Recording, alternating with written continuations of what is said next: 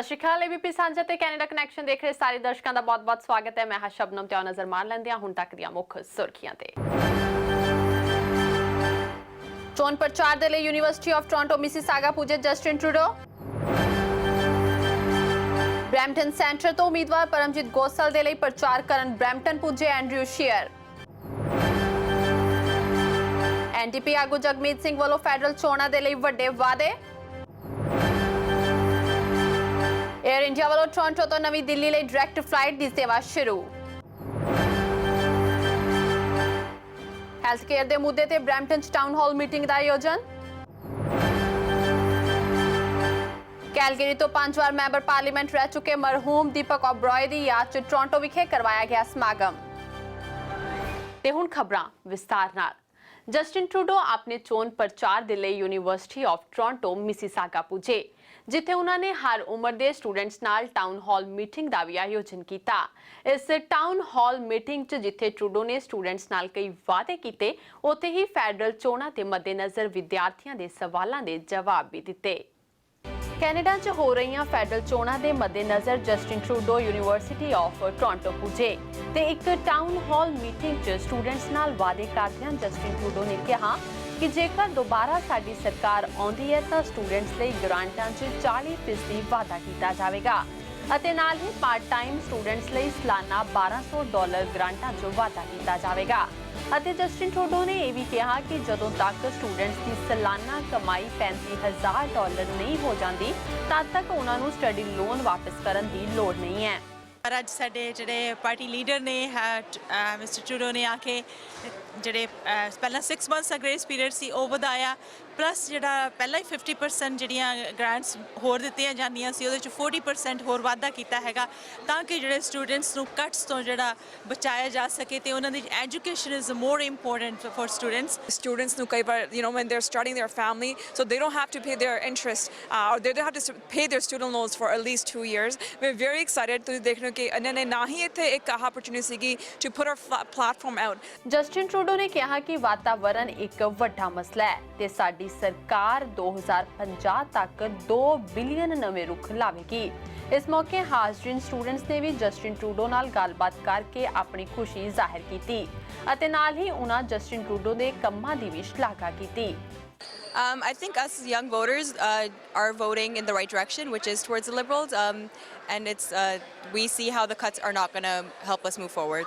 I feel good. I'm graduating soon, and with his promise, I won't have to worry about paying back my student loan right when I graduate. ਜਾਣਕਾਰੀ ਲਈ ਦੱਸ ਦਈਏ ਕਿ Justin Trudeau ਸਿਆਸਤ 'ਚ ਆਉਣ ਤੋਂ ਪਹਿਲਾਂ ਇੱਕ ਸਕੂਲੀ ਟੀਚਰ ਸਨ। ਕੰਜ਼ਰਵੇਟਿਵ ਪਾਰਟੀ ਦੇ ਪ੍ਰਧਾਨ ਮੰਤਰੀ ਪਦ ਦੇ ਉਮੀਦਵਾਰ ਐਂਡਰਿਊ ਸ਼ੀਅਰ ਬ੍ਰੈਂਪਟਨ ਪੁੱਜੇ, ਜਿੱਥੇ ਐਂਡਰਿਊ ਸ਼ੀਅਰ ਦਾ ਬ੍ਰੈਂਪਟਨ 'ਚ ਇਹ ਦੂਜਾ ਦੌਰਾ ਸੀ। ਇਸ ਵਾਰ ਬ੍ਰੈਂਪਟਨ ਸੈਂਟਰ ਤੋਂ ਉਮੀਦਵਾਰ ਪਰਮਜੀਤ ਗੋਸਲ ਦੇ ਲਈ ਐਂਡਰਿਊ ਸ਼ੀਅਰ ਪ੍ਰਚਾਰ ਕਰਨ ਪੁੱਜੇ, ਜਿੱਥੇ ਕਿ ਕੰਜ਼ਰਵੇਟਿਵ ਪਾਰਟੀ ਦੇ ਸੈਂਕੜੇ ਸਮਰਥਕ ਵੀ ਹਾਜ਼ਰ ਹੋਏ। ਬ੍ਰੈਂਪਟਨ 'ਚ ਚੋਣਾਂ ਦੇ ਲਈ ਸਿਆਸੀ ਸਫ਼ਿਆਂ 'ਚ ਹਲਚਲ ਪੂਰੀ ਤੇਜ਼ ਹੋ ਚੁੱਕੀ ਹੈ। ਕੰਜ਼ਰਵੇਟਿਵ ਪਾਰਟੀ ਦੇ ਪ੍ਰਧਾਨ ਮੰਤਰੀ ਪਦ ਦੇ ਉਮੀਦਵਾਰ ਐਂਡਰਿਊ ਸ਼ੀਅਰ ਬ੍ਰੈਂਪਟਨ ਪੁੱਜੇ। ਬ੍ਰੈਂਪਟਨ ਨਾਰਥ ਤੋਂ ਉਮੀਦਵਾਰ ਅਰਪਨ ਖੰਨਾ ਦੇ ਲਈ ਚੋਣ ਪ੍ਰਚਾਰ ਤੋਂ ਬਾਅਦ ਇਸ ਵਾਰ ਐਂਡਰਿਊ ਸ਼ੀਅਰ ਬ੍ਰੈਂਪਟਨ ਸੈਂਟਰ ਤੋਂ ਉਮੀਦਵਾਰ ਪਰਮਜੀਤ ਗੋਸਲ ਦੇ ਲਈ ਪ੍ਰਚਾਰ ਕਰਨਾ ਹੈ, ਜਿੱਥੇ ਕਿ ਬ੍ਰੈਂਪਟਨ ਦੇ ਸਾਰੇ ਕੰਜ਼ਰਵੇਟਿਵ ਪਾਰਟੀ ਉਮੀਦਵਾਰਾਂ ਤੋਂ ਬਿਨਾਂ ਕੰਜ਼ਰਵੇਟਿਵ ਪਾਰਟੀ ਦੇ ਸੈਂਕੜੇ ਸਮਰਥਕ ਵੀ ਹਾਜ਼ਰ ਸਨ। ਆਪਣੇ ਭਾਸ਼ਣ 'ਚ ਐਂਡਰਿਊ ਸ਼ੀਅਰ ਨੇ ਟਰੂਡੋ ਸਰਕਾਰ ਤੇ ਸਿਆਸੀ ਤੀਰ ਛੱਡੇ। Happened just yesterday. The Liberals unveiled their platform. Now, I use that term with quotation marks around it because only half of it was costed. No details on how they're going to achieve any of their policies. But we do know one thing. They are raising taxes. They are borrowing more money. And life will get more expensive if Justin Trudeau gets re-elected. Andrew sheer ਦੀਆਂ Brampton 'ਚ ਬਾਰ-ਬਾਰ ਫੇਰੀਆਂ ਤੋਂ ਇਹ ਮਹਿਸੂਸ ਹੋ ਰਿਹਾ ਹੈ ਕਿ ਕੰਜ਼ਰਵੇਟਿਵ ਪਾਰਟੀ ਇੱਥੇ ਪ੍ਰਚਾਰ ਦੇ ਵਿੱਚ ਕੋਈ ਕਸਰ ਨਹੀਂ ਛੱਡ ਰਹੀ ਅਤੇ ਬ੍ਰੈਂਪਟਨ ਤੋਂ ਕੰਜ਼ਰਵੇਟਿਵ ਪਾਰਟੀ ਦੇ ਉਮੀਦਵਾਰ ਵੀ ਬ੍ਰੈਂਪਟਨ ਅਤੇ ਪੂਰੇ ਕੈਨੇਡਾ 'ਚ ਆਪਣੀ ਜਿੱਤ ਦੇ ਦਾਅਵੇ ਠੋਕ ਰਹੇ ਨੇ। ਪਰ ਸਿਆਸੀ ਜਾਣਕਾਰ ਬ੍ਰੈਂਪਟਨ 'ਚ ਹੈਰਾਨੀਜਨਕ ਨਤੀਜੇ ਆਉਣ ਦੀ ਗੱਲ ਕਰ ਰਹੇ ਨੇ। ਵੇਖੋ ਸਭ ਤੋਂ ਵੱਡਾ ਮਸਲਾ ਜਿਹੜਾ ਮੈਨੂੰ ਲੱਗਦਾ ਵਾ ਬ੍ਰੈਂਪਟਨ ਦੀ ਸੇਫਟੀ, ਬ੍ਰੈਂਪਟਨ ਦੇ lack of infrastructure, health conditions ਮਾੜੀਆਂ, ਪਰ ਨਾਲ ਦੇ ਨਾਲ ਟੈਕਸਾਂ ਦਾ ਬੋਝ ਤੇ ਇਹ ਸਾਰੇ ਇਸ਼ੂ ਵੀ ਜਿਹੜੇ ਹੈਗੇ ਇੰਪੋਰਟੈਂਟ ਇਸ਼ੂ। ਵੈਲ ਮੈਂ ਸਮਝਦਾ ਕਿ ਟਰੂਡੋ ਸਾਹਿਬ ਨੇ ਬਹੁਤ ਸਾਰੇ ਜਿਹੜੇ ਹੈਗੇ ਵਾਅਦੇ ਕੀਤੇ, ਉਹ ਪਿਛਲੀ ਵਾਰ ਵੀ ਕੀਤੇ ਸੀ। ਇਸ ਕਰਕੇ ਕਿਉਂਕਿ ਉਹਨਾਂ ਨੇ ਕਾਫੀ ਵਾਅਦੇ ਉਹਨਾਂ ਦੇ ਟੁੱਟੇ ਨੇ, ਲੋਕ ਉਹਨਾਂ ਤੇ ਕਿੰਨਾ ਭਰੋਸਾ ਕਰਨਗੇ ਇਹ ਸਮਾਂ ਹੀ ਦੱਸੂਗਾ। It's great to have everybody come out. It's 20 days till the election day. Please come out and vote. We have a very positive message for affordability, community safety when it comes to infrastructure for Brampton. All these different things are things that people talk about at the doors that we meet. And I have to say, please, this is an election that you cannot afford to sit out in. You have to come and choose a responsible government and make sure your vote counts. Canada 'ਚ ਪ੍ਰਧਾਨ ਮੰਤਰੀ ਦੀ ਕੁਰਸੀ ਤੇ ਇਸ ਵਾਰ ਕੌਣ ਬੈਠਦਾ ਹੈ, ਇਸ ਦਾ ਪਤਾ ਤਾਂ 21 ਅਕਤੂਬਰ ਨੂੰ ਹੀ ਚੱਲੇਗਾ। ਫੈਡਰਲ ਚੋਣਾਂ ਦੀ ਜੇ ਗੱਲ ਕਰੀਏ ਤੇ ਸਭ ਤੋਂ ਵੱਧ ਅਤੇ ਸਭ ਤੋਂ ਵੱਡੇ ਵਾਅਦੇ ਜੇ ਕਿਸੇ ਪਾਰਟੀ ਵੱਲੋਂ ਕੀਤੇ ਜਾ ਰਹੇ ਨੇ ਤਾਂ ਉਹ ਹੈ ਨਿਊ ਡੈਮੋਕ੍ਰੈਟਿਕ ਪਾਰਟੀ ਅਤੇ ਉਹਨਾਂ ਦੇ ਆਗੂ ਜਗਮੀਤ ਸਿੰਘ। ਇਸ ਹਫ਼ਤੇ ਵੀ ਜਗਮੀਤ ਸਿੰਘ ਸਕੂਲੀ ਬੱਚਿਆਂ, ਵਪਾਰ ਅਤੇ ਆਮ ਲੋਕਾਂ ਅਤੇ ਸਮੁੰਦਰੀ ਤੱਟਾਂ ਦੇ ਵਿਕਾਸ ਵਰਗੇ ਕਈ ਵੱਡੇ ਵਾਅਦੇ ਕਰਦੇ ਨਜ਼ਰ ਆਏ। ਆਓ ਨਜ਼ਰ ਮਾਰਦੇ ਹਾਂ ਜਗਮੀਤ ਸਿੰਘ ਦੇ ਇਸ ਹਫ਼ਤੇ ਦੇ ਵਾਅਦਿਆਂ ਤੇ। ਬ੍ਰਿਟਿਸ਼ ਕੋਲੰਬੀਆ 'ਚ ਜਗਮੀਤ ਸਿੰਘ ਨੇ ਬੋਲਦਿਆਂ ਕਿਹਾ ਕਿ ਜੇਕਰ ਸਾਡੀ ਸਰਕਾਰ ਆਉਂਦੀ ਹੈ ਤਾਂ ਆਉਣ ਵਾਲੇ 4 ਸਾਲਾਂ 'ਚ 10 ਬਿਲੀਅਨ ਦੀ ਲਾਗਤ ਨਾਲ 5 ਲੱਖ ਨਵੇਂ ਚਾਈਲਡ ਕੇਅਰ ਸਪੌਟ ਬਣਾਏ ਜਾਣਗੇ ਤਾਂ ਕਿ ਕੋਈ ਵੀ ਬੱਚਾ ਪ੍ਰਾਇਮਰੀ ਕੇਅਰ ਤੋਂ ਵਾਂਝਾ ਨਾ ਰਹਿ ਸਕੇ। ਨਾਲ ਹੀ ਜਗਮੀਤ ਸਿੰਘ ਨੇ ਵਾਅਦਾ ਕਰਦਿਆਂ ਕਿਹਾ ਕਿ ਉਹ ਬੱਚਿਆਂ ਦੇ ਵਿਕਾਸ ਵਾਸਤੇ $100 ਮਿਲੀਅਨ ਖਰਚਾ ਕਰਨਗੇ ਤਾਂ ਕਿ ਬੱਚੇ ਕ੍ਰਾਈਮ ਦੀ ਦੁਨੀਆ ਤੋਂ ਦੂਰ ਰਹਿ ਸਕਣ। We do want to create flexibility. So for families, we want to increase the replacement from 55 to 60%. And we also want to make sure people can have the option of having reduced hour or reduced leave, but higher amount of compensation. Vancouver 'ਚ ਜਗਮੀਤ ਸਿੰਘ ਨੇ ਬੋਲਦਿਆਂ ਕਿਹਾ ਕਿ Canada ਵਿਖੇ ਫੇਰੀ system 'ਚ ਹੋਰ ਨਿਵੇਸ਼ ਕਰਨ ਦੀ ਲੋੜ ਹੈ ਕਿਉਂਕਿ ਸਮੁੰਦਰੀ ਤੱਟ ਇੱਕ ਥਾਂ ਤੋਂ ਦੂਜੀ ਥਾਂ ਜਾਣ ਲਈ ਬਹੁਤ ਲਾਹੇਵੰਦ ਨੇ। ਜਗਮੀਤ ਸਿੰਘ ਨੇ ਇਹ ਵੀ ਕਿਹਾ ਕਿ ਸਾਡੀ ਸਰਕਾਰ ਆਉਣ ਤੇ $30 ਮਿਲੀਅਨ ਕੈਨੇਡਾ ਦੇ ਫੇਰੀ ਸਿਸਟਮ 'ਚ ਨਿਵੇਸ਼ ਕੀਤਾ ਜਾਵੇਗਾ। Today we want to finish off our tour of the island by committing to investing in ferries. BC already has an agreement with Canada with respect to funding and financing the ferry system. The ferries are incredibly important for people. It's like the way to connect for so many residents on Vancouver Island and on the rest of the coastline. ਹਾਲਾਂਕਿ ਇਹ ਤਾਂ ਚੋਣਾਂ ਤੋਂ ਬਾਅਦ ਹੀ ਪਤਾ ਲੱਗੇਗਾ ਕਿ ਜਗਮੀਤ ਸਿੰਘ ਦੇ ਵਾਅਦਿਆਂ ਨੂੰ ਲੋਕ ਕਿੰਨਾ ਕੁ ਸੱਚ ਮੰਨਦੇ ਨੇ। ਹੁਣ ਸਮਾਂ ਹੋ ਗਿਆ ਇੱਕ ਬ੍ਰੇਕ ਦਾ, ਮਿਲਦੇ ਹਾਂ ਇਸ ਬ੍ਰੇਕ ਤੋਂ ਬਾਅਦ।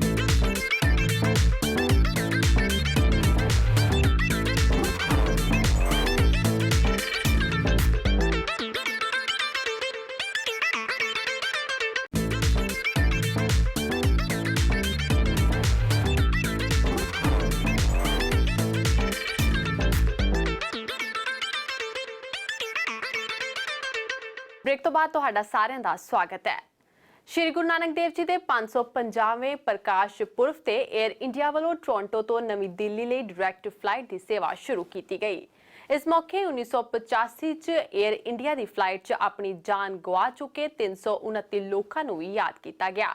ਇਸ ਫਲਾਈਟ ਦੇ ਉਦਘਾਟਨ ਮੌਕੇ ਭਾਰਤੀ ਐਵੀਏਸ਼ਨ ਮੰਤਰੀ ਹਰਦੀਪ ਪੁਰੀ ਵੀ ਉਚੇਚੇ ਤੌਰ ਤੇ ਹਾਜ਼ਰ ਹੋਏ। 28 ਸਤੰਬਰ ਤੋਂ 에ਅਰ ਇੰਡੀਆ ਵੱਲੋਂ ਟੋਰਾਂਟੋ ਤੋਂ ਨਵੀਂ ਦਿੱਲੀ ਤੱਕ ਡਾਇਰੈਕਟ ਫਲਾਈਟ ਸ਼ੁਰੂ ਕੀਤੀ ਗਈ ਹੈ। ਇਹ ਫਲਾਈਟ ਸ਼੍ਰੀ ਗੁਰੂ ਨਾਨਕ ਦੇਵ ਜੀ ਦੇ 550ਵੇਂ ਪ੍ਰਕਾਸ਼ ਪੁਰਬ ਨੂੰ ਸਮਰਪਿਤ ਹੈ। ਇਸ ਫਲਾਈਟ ਦਾ ਉਦਘਾਟਨ ਕਰਨ ਲਈ ਭਾਰਤੀ ਐਵੀਏਸ਼ਨ ਮੰਤਰੀ ਹਰਦੀਪ ਪੁਰੀ, 에ਅਰ ਇੰਡੀਆ ਦੇ ਅਧਿਕਾਰੀਆਂ ਸਮੇਤ ਭਾਰਤੀ ਦੂਤਾਵਾਸ ਦੇ ਕਈ ਕਰਮਚਾਰੀ ਹਾਜ਼ਰ ਹੋਏ। ਇਸ ਮੌਕੇ 23 ਜੂਨ 1985 ਨੂੰ 에ਅਰ ਇੰਡੀਆ ਦੇ ਬੰਬ ਨਾਲ ਉਡਾਏ ਗਏ ਜਹਾਜ਼ 'ਚ ਮਾਰੇ ਗਏ 329 ਲੋਕਾਂ ਨੂੰ ਸ਼ਰਧਾਂਜਲੀ ਵੀ ਦਿੱਤੀ ਗਈ। For those who lost their family members and those who have suffered on a continuing basis, but I want to pay a compliment to those of us present here who have brought together and provided a platform to the families of the victims, many of whom I was able to meet today.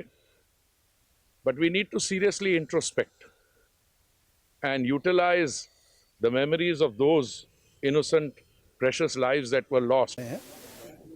और ये बहुत ज़रूरी है हिंदुस्तान के लिए और Canada के लिए कि एक हिंदुस्तान का मंत्री इस चीज़ को अहमियत देता है, इस चीज़ को इम्पोर्टेंस देता है कि जो यहाँ पर विक्टिम्स थे, जो एयर इंडिया के बॉम्बिंग के जो फैमिलीज़ हैं, उनके लिए भी बहुत ही ज़रूरी है कि देखिए एक गवर्नमेंट किस तरह से उनका अभी भी ख्याल रख रही है। ਉਮੀਦ ਕਰਦੇ ਹਾਂ ਕਿ ਭਾਈਚਾਰੇ ਦੇ ਵਿੱਚ ਇਸ 에ਅਰ ਇੰਡੀਆ ਫਲਾਈਟ ਦੇ ਨਾਲ ਜਿਹੜਾ ਉਤਸ਼ਾਹ ਹੈ ਉਹ ਆਉਣ ਵਾਲੇ ਸਮੇਂ ਦੇ ਵਿੱਚ ਹੋਰ ਆਏਗਾ ਔਰ ਦੋਨੋਂ ਦੇਸ਼ਾਂ ਦੇ ਵਿੱਚ ਜਿਹੜੇ ਸੰਬੰਧ ਨੇ ਚਾਹੇ ਸਮਾਜਿਕ ਚਾਹੇ ਬਿਜ਼ਨਸ ਚਾਹੇ ਪੋਲੀਟੀਕਲ ਉਹਦੇ ਵਿੱਚ ਵੀ ਹੋਰ ਨਿੱਘਾਪਨ ਆਏਗਾ। ਇਸ ਸਮਾਗਮ 'ਚ ਜਿੱਥੇ ਭਾਰਤੀ ਕਲਚਰ ਦੇ ਰੰਗ ਦੇਖਣ ਨੂੰ ਮਿਲੇ ਉੱਥੇ ਹੀ ਕੈਨੇਡਾ ਦੇ ਇਤਿਹਾਸ 'ਚ ਸਭ ਤੋਂ ਵੱਡੀ ਮਾਸ ਕਿਲਿੰਗ ਕਹੀ ਜਾਣ ਵਾਲੀ 에ਅਰ ਇੰਡੀਆ ਦੇ ਫਲਾਈਟ ਵਿੱਚ ਜਾਨਾਂ ਗਵਾ ਚੁੱਕੇ ਲੋਕਾਂ ਨੂੰ ਵੀ ਯਾਦ ਕੀਤਾ ਗਿਆ। ਇਸ ਮੌਕੇ ਜਹਾਜ਼ ਬੰਬ ਧਮਾਕੇ 'ਚ ਮਾਰੇ ਗਏ ਲੋਕਾਂ ਦੇ ਪਰਿਵਾਰਕ ਮੈਂਬਰ ਵੀ ਹਾਜ਼ਰ ਹੋਏ। ਇਸ ਮੌਕੇ ਭਾਰਤੀ ਐਵੀਏਸ਼ਨ ਮੰਤਰੀ ਹਰਦੀਪ ਪੁਰੀ ਨੇ ਕਿਹਾ ਕਿ ਇਸ ਤਰ੍ਹਾਂ ਦੀਆਂ ਘਟਨਾਵਾਂ ਜਿੱਥੇ ਗੈਰ ਮਨੁੱਖੀ ਨੇ ਉੱਥੇ ਹੀ ਇਹ ਸਾਨੂੰ ਇਹ ਯਕੀਨੀ ਬਣਾਉਣ ਦੀ ਲੋੜ ਹੈ ਕਿ ਇਸ ਤਰ੍ਹਾਂ ਦੀ ਨਾਪਾਕ ਕੋਸ਼ਿਸ਼ ਦੁਬਾਰਾ ਨਾ ਹੋ ਸਕੇ। 286 of those who lost their lives were Canadian citizens. No matter what our differences, political or otherwise, no reason, no justification can be or should be used to justify a heinous act of this kind. ਇੱਕ ਵਾਰ ਜੋ ਹਾਦਸਾ ਹੋਇਆ ਸੀ ਉਸ ਹਾਦਸੇ ਨੂੰ ਦੇ ਕਾਰਨ ਬਾਅਦ ਦੇ ਵਿੱਚ ਫਲਾਈਟ ਬੰਦ ਹੋ ਗਈ ਔਰ ਅੱਜ ਫੇਰ ਉਹ 에ਅਰ ਇੰਡੀਆ ਦੀ ਫਲਾਈਟ ਚਾਲੂ ਹੋਣ ਜਾ ਰਹੀ ਆ। ਇਹ ਫਲਾਈਟ ਜਿੱਥੇ ਪ੍ਰਵਾਸੀ ਭਾਰਤੀਆਂ ਨੂੰ ਜਲਦ ਆਪਣੇ ਵਤਨ ਪਹੁੰਚਾ ਦੇਵੇਗੀ ਉੱਥੇ ਹੀ ਭਾਰਤ ਜਾਣ ਵਾਲੇ ਯਾਤਰੀਆਂ ਲਈ ਵੀ ਇਹ ਲਾਹੇਵੰਦ ਸਾਬਿਤ ਹੋਵੇਗੀ। ਕੈਲਗਰੀ ਤੋਂ 5 ਵਾਰ ਮੈਂਬਰ ਪਾਰਲੀਮੈਂਟ ਰਹਿ ਚੁੱਕੇ ਮਰਹੂਮ ਦੀਪਕ ਓਬਰਾਏ ਦੀ ਯਾਦ 'ਚ ਟੋਰਾਂਟੋ ਵਿਖੇ ਇੱਕ ਸਮਾਗਮ ਰੱਖਿਆ ਗਿਆ ਜਿੱਥੇ ਉਹਨਾਂ ਦੇ ਪਰਿਵਾਰਕ ਮੈਂਬਰਾਂ ਤੋਂ ਬਿਨਾਂ ਕੰਜ਼ਰਵੇਟਿਵ ਪਾਰਟੀ ਦੇ ਲੀਡਰ ਵੀ ਪੁੱਜੇ। ਇਨ੍ਹਾਂ ਸਭ ਹਾਜ਼ਰੀਨਾਂ ਨੇ ਮਰਹੂਮ ਦੀਪਕ ਓਬਰਾਏ ਦੀ ਜ਼ਿੰਦਗੀ ਤੇ ਚਾਨਣਾ ਪਾਇਆ ਅਤੇ ਉਹਨਾਂ ਦਾ ਸਿਆਸੀ ਸਫ਼ਰ ਵੀ ਲੋਕਾਂ ਨਾਲ ਸਾਂਝਾ ਕੀਤਾ। ਕੰਜ਼ਰਵੇਟਿਵ ਪਾਰਟੀ ਦੇ ਦਿੱਗਜ ਨੇਤਾ ਅਤੇ 5 ਵਾਰ ਮੈਂਬਰ ਪਾਰਲੀਮੈਂਟ ਰਹਿ ਚੁੱਕੇ ਮਰਹੂਮ ਦੀਪਕ ਓਬਰਾਏ ਜਿਨ੍ਹਾਂ ਦੀ 2 ਅਗਸਤ ਨੂੰ ਲਿਵਰ ਕੈਂਸਰ ਹੋਣ ਕਾਰਨ ਮੌਤ ਹੋ ਗਈ ਸੀ। ਟੋਰਾਂਟੋ 'ਚ ਉਹਨਾਂ ਦੀ ਯਾਦ 'ਚ ਇੱਕ ਸਮਾਗਮ ਰੱਖਿਆ ਗਿਆ ਜਿਸ 'ਚ ਉਹਨਾਂ ਦੀ ਬੇਟੀ ਅਤੇ ਪਤਨੀ ਵੀ ਸ਼ਾਮਿਲ ਹੋਏ ਜਿਨ੍ਹਾਂ ਨੇ ਦੀਪਕ ਓਬਰਾਏ ਨਾਲ ਜੁੜੀਆਂ ਯਾਦਾਂ ਨੂੰ ਤਾਜ਼ਾ ਕੀਤਾ ਅਤੇ ਕੰਜ਼ਰਵੇਟਿਵ ਪਾਰਟੀ ਦੇ ਐਮਪੀਪੀ ਦੀਪਕ ਆਨੰਦ ਅਤੇ ਨੀਨਾ ਟਾਂਗਰੀ ਨੇ ਦੀਪਕ ओबराय ਨੂੰ ਸ਼ਰਧਾਂਜਲੀ पेश की। दीपक ओबराय जी के बारे में मैं सिर्फ ये कहना चाहूँगा कि दीपक ओबराय जी और दीपक ओबराय जी जैसे जो लोग होते हैं कभी इस दुनिया को नहीं छोड़ते हैं। It might sound like I'm being too emotional or too spiritual, but it's a fact because he has guided us, a lot of us, so much that even if he's not going to be there, his guidance is going to stay with us. Today everybody gets to see the impact that Dad had on his human rights, on accomplishments, on supporting new students and kids and new generation of MPPs and MLAs and members of parliament. This was the father I knew. This is the father that we all knew. He supported and loved us, and he did that for everybody else, and he encouraged us and he showed us what courage was.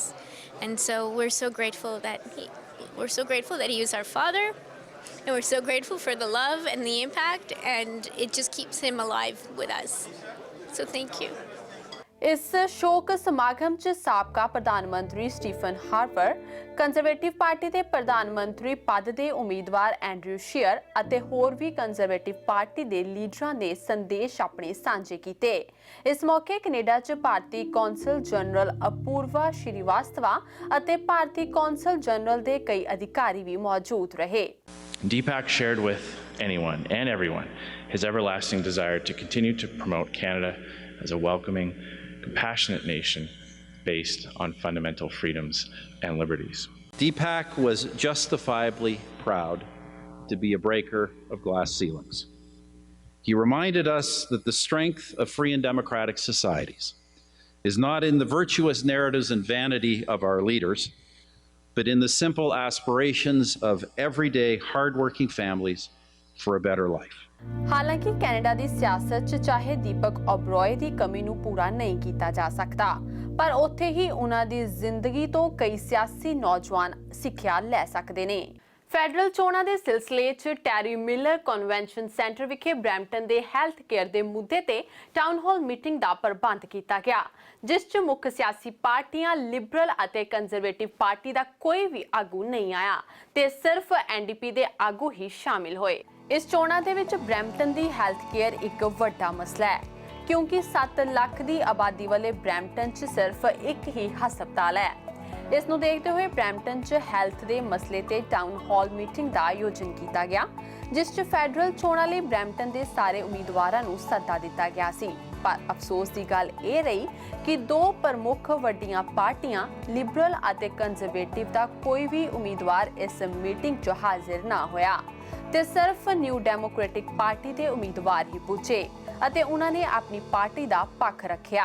Today at the town hall, 7 out of 10 candidates signed a pledge to support and promote the Canada Health Act.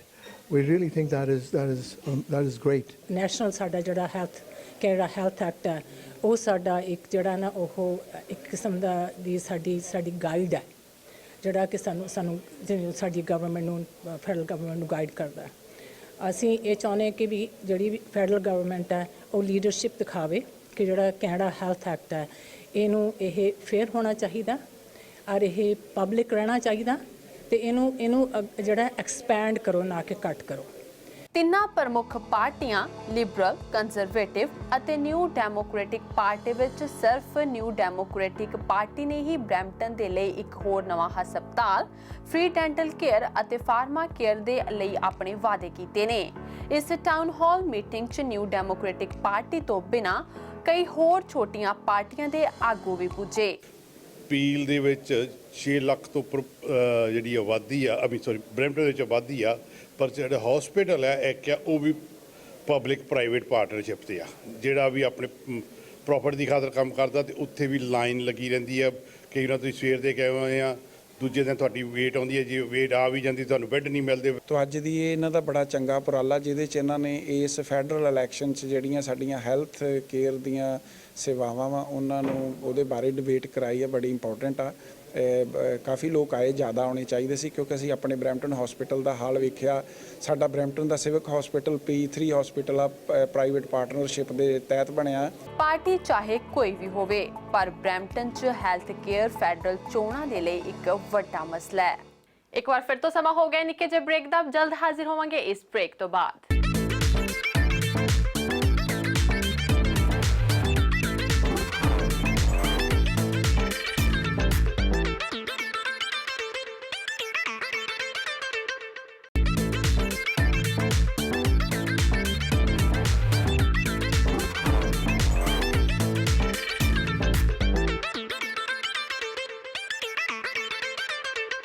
Break ਤੋਂ ਬਾਅਦ ਤੁਹਾਡਾ ਸਾਰਿਆਂ ਦਾ ਇੱਕ ਵਾਰ ਫਿਰ ਤੋਂ ਸਵਾਗਤ ਹੈ।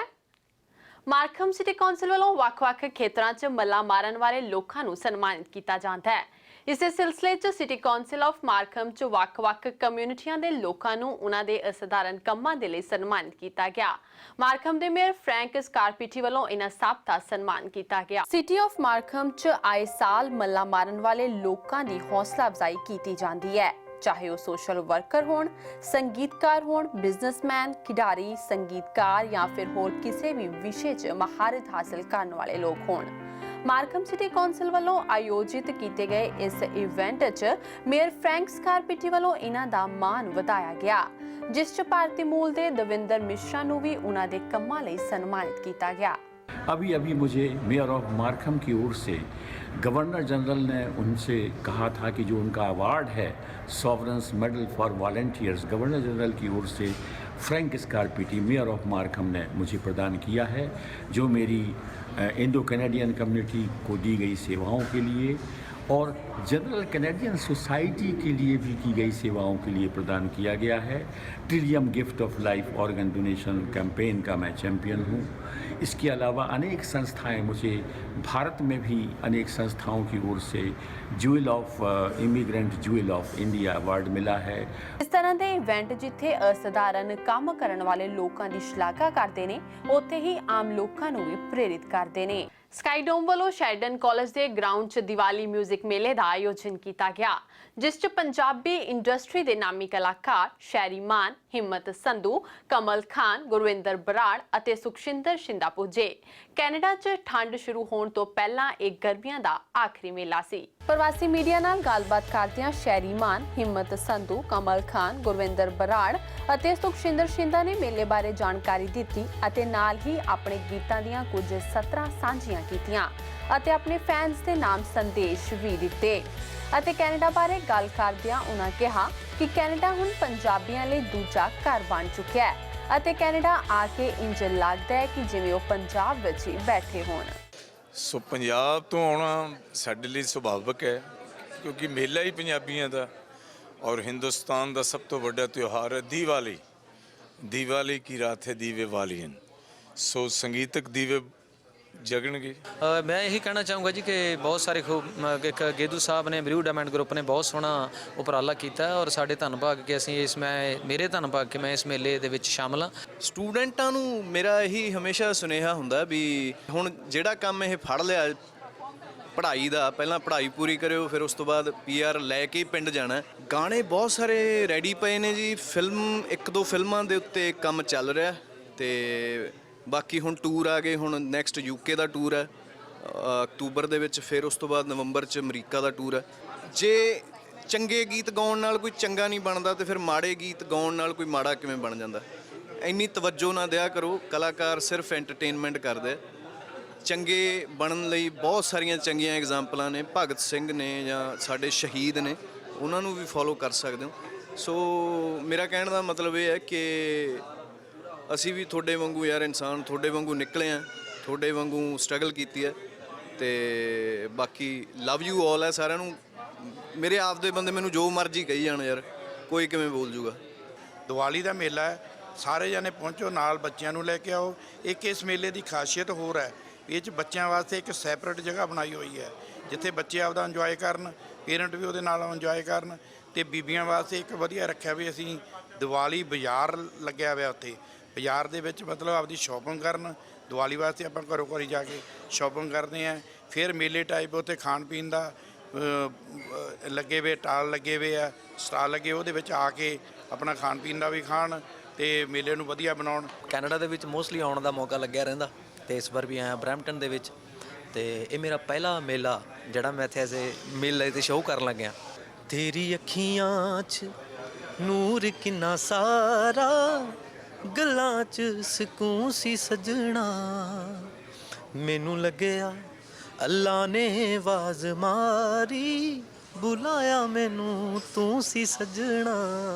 ਪੰਜਾਬ ਦੇ ਮਸ਼ਹੂਰ ਗਾਇਕ ਸ਼ੈਰੀ ਮਾਨ ਨੇ ਕਿਹਾ ਕਿ ਬਰੈਂਪਟਨ 'ਚ ਕਾਫੀ ਇੰਟਰਨੈਸ਼ਨਲ ਸਟੂਡੈਂਟਸ ਆਏ ਹੋਏ ਨੇ ਅਤੇ ਸਟੂਡੈਂਟਸ ਨੂੰ ਮੈਂ ਇਹੀ ਅਪੀਲ ਕਰਨੀ ਚਾਹੁੰਦਾ ਹਾਂ ਕਿ ਉਹ ਪੱਕੇ ਹੋ ਕੇ ਆਪਣੇ ਪਿੰਡ ਵਾਪਸ ਜਾਣ ਅਤੇ ਨਾਲ ਹੀ ਉਹਨਾਂ ਕਿਹਾ ਕਿ ਪੰਜਾਬੀ ਸੱਭਿਆਚਾਰ ਦੇ ਨਾਮ ਤੇ ਖਬਰਾਂ 'ਚ ਆਉਣ ਵਾਲੇ ਲੋਕਾਂ ਨੂੰ ਮੈਂ ਇਹੀ ਕਹਿਣਾ ਚਾਹਾਂਗਾ ਕਿ ਅਸੀਂ ਵੀ ਉਨੇ ਹੀ ਪੰਜਾਬੀ ਹਾਂ ਜਿੰਨੇ ਉਹ।